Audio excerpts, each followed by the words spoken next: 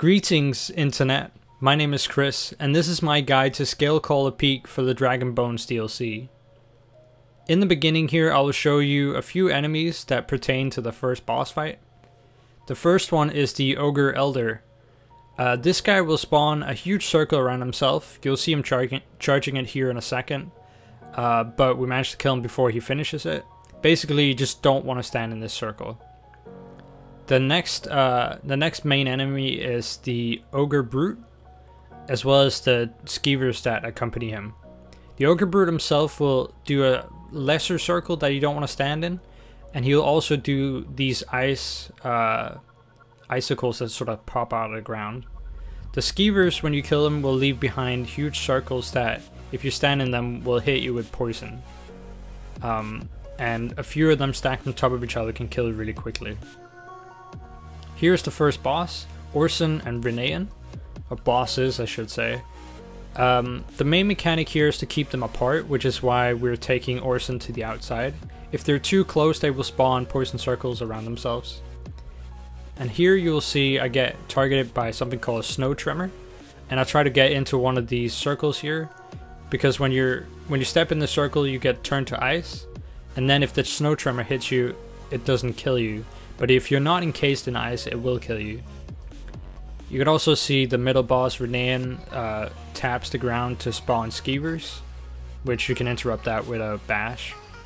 And now Orson has just spawned two of the ice shields that you want to hide behind as soon as the middle boss charges up his AoE attack. If you're not hiding behind one of these, it will one-shot you. You can see he's charging it up now. And basically we're trying to kill him at the same time.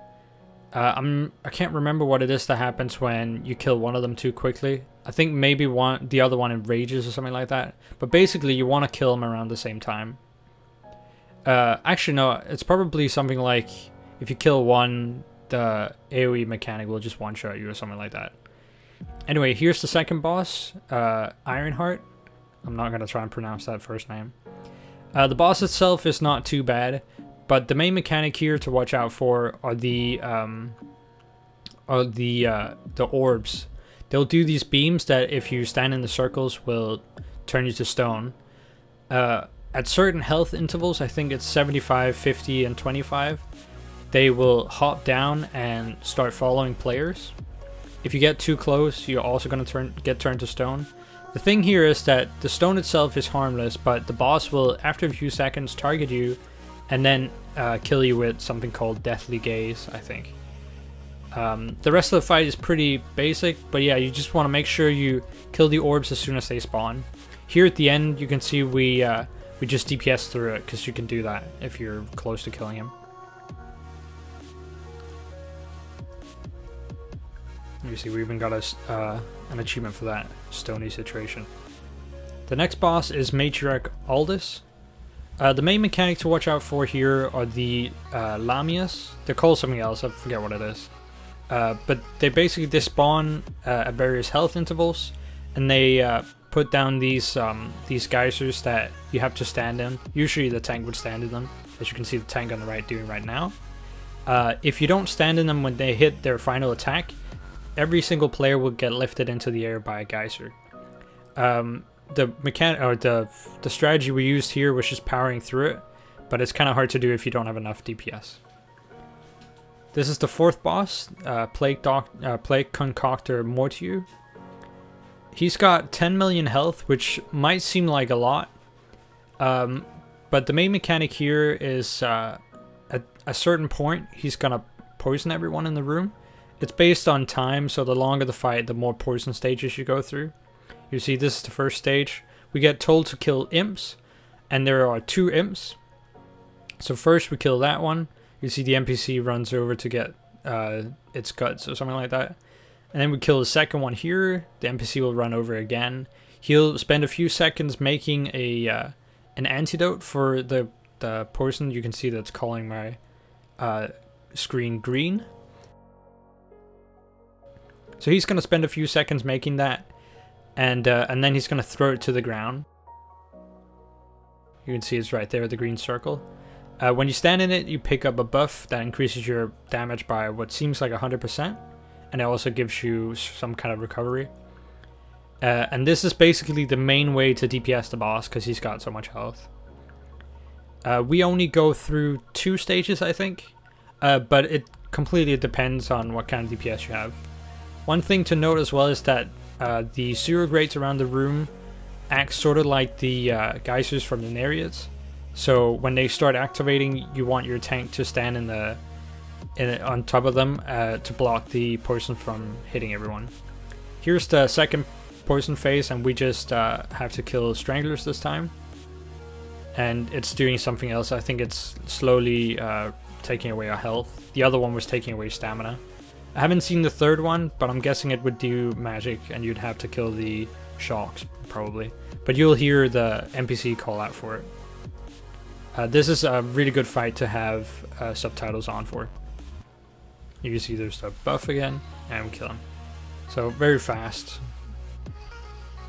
This is the last boss, Shaun, the Scalecaller.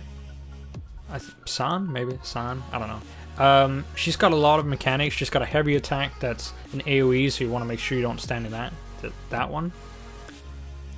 She also has a, you'll see it here in a second. She's got a fire breath, and basically you just want to kite this. It's got a kind of a weird hitbox, so sometimes it'll be really hard to avoid it. Here's the simulacrum phase. You want to make sure you kill both of her frozen simulacrums, and you want to do it really quickly, or you're gonna turn to ice and get killed. After that phase, she's gonna immediately throw a shield, as you just saw, and you have to stand in the aura the shield creates. After the poison in the room goes away, you get out of the circle immediately, because she's gonna slam it. Here's another mechanic. She's gonna pick up a player and create a fire beam. You have to make sure you stand in front of the fire beam, or the player is gonna get roasted. Some tanks can eat through the fire, so sometimes if it's the tank that gets picked off, you don't have to stand in front of it. You also want to make sure that you can actually take the damage, because otherwise it's obviously just going to kill you and then the person you're trying to shield. You can see here again there was another shield phase, and basically these are the mechanics that are just going to go over and over. The simulacrum phases are based on health, as far as I can tell. I think there's 4 or 5 phases. That's probably 5. Also, you can see a DPS just died in a circle. That's an old bug that has been fixed, but basically he was standing on top of 2 of the lines, which meant that he took twice as much damage, and therefore the circle did not protect him. But yeah, that's a bug that has been fixed. You can also see here, even though I'm not getting hit by the effects, I still took damage from the fire. You see here, tank blocks our healer. Healer barely survives. Like, it hits really hard, that fire beam does. And she's down at, it looks like 30%. So we just power through it here.